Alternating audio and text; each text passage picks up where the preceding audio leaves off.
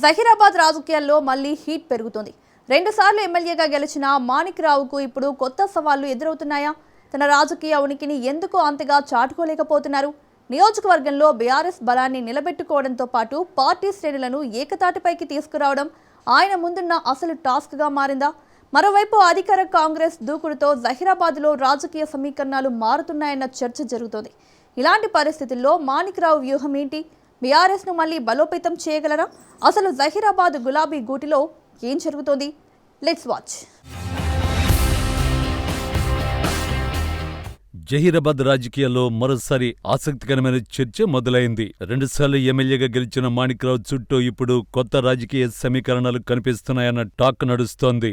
ఒకప్పుడు ఎన్నికల సమయంలో ప్రత్యర్థులను ఎదుర్కొంటూ బలమైన నాయకత్వాన్ని ప్రదర్శించిన ఆయనకు ఇప్పుడు పార్టీని ఏకతాటిపై నడిపించడం ప్రధాన సవాల్గా మారిందనే అభిప్రాయాలు వ్యక్తమవుతున్నాయి. రాష్ట్రంలో అధికారం చేతులు మారిన తర్వాత జహీరాబాద్ రాజకీయ ముఖచిత్రం కూడా మారింది. ఇక జహీరాబాద్ రాజకీయాల్లో మాణిక్ రావు పేరు కొత్తది కాదు. 2018లో భారీ మెజారిటీతో గెలిచి తొలిసారి అసెంబ్లీలోకి అడుగుపెట్టిన ఆయన 2023లోనూ మరోసారి విజయం సాధించారు. అంటే 2 ఎన్నికల్లో వరుస విజయాలు సాధించిన నాయకుడు. ఒకప్పుడు కాంగ్రెస్ కు కంచుకోటలా ఉన్న జహీరాబాద్ లో బీఆర్ఎస్ కు వరుసగా విజయాలందించిన నాయకుడిగా మాణిక్ రావుకు ప్రత్యేక గుర్తింపు ఉంది. కానీ రెండోసారి గెలిచిన తర్వాతే రాజకీయ పరీక్ష మొదలైందన్న చర్చ జరుగుతోంది. రాష్ట్రంలో అధికారంలో కాంగ్రెస్ ఉండడం, ప్రతిపక్షంలో బీఆర్ఎస్ ఉండడం, నియోజకవర్గంలో పార్టీని నడిపించాల్సిన బాధ్యత మాణిక్ రావు పైనే ఉండడం, ఇలాంటి పరిస్థితుల్లో ఎమ్మెల్యే తన ఉనికిని మరింత బలంగా చూపించాల్సి ఉండగా ఆయన రాజకీయ శైలి మాత్రం చాలా సైలెంట్ గా ఉందన్న అభిప్రాయం నియోజకవర్గ ప్రజల్లో వ్యక్తమవుతోంది.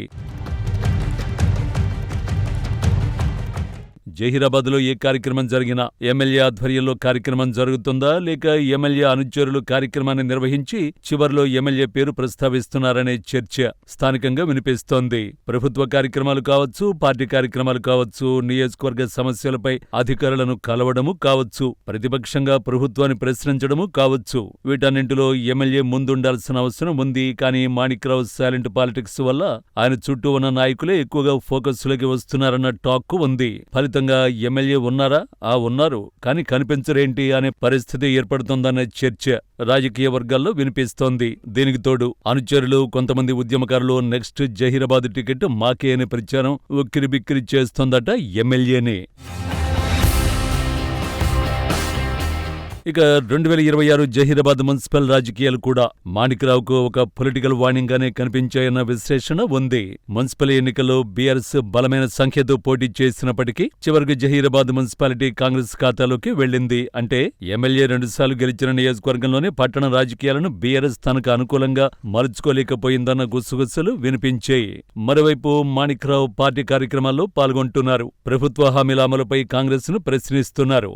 నియోజకవర్గ సమస్యలపై అధికారులను కలుస్తున్నారు. కానీ ఈ యాక్టివిటీకి తగ్గట్టుగా ప్రజల్లో రాజకీయ ఇంపాక్ట్ కనిపిస్తుందా అన్నదే ఇప్పుడు అసలు ప్రశ్న.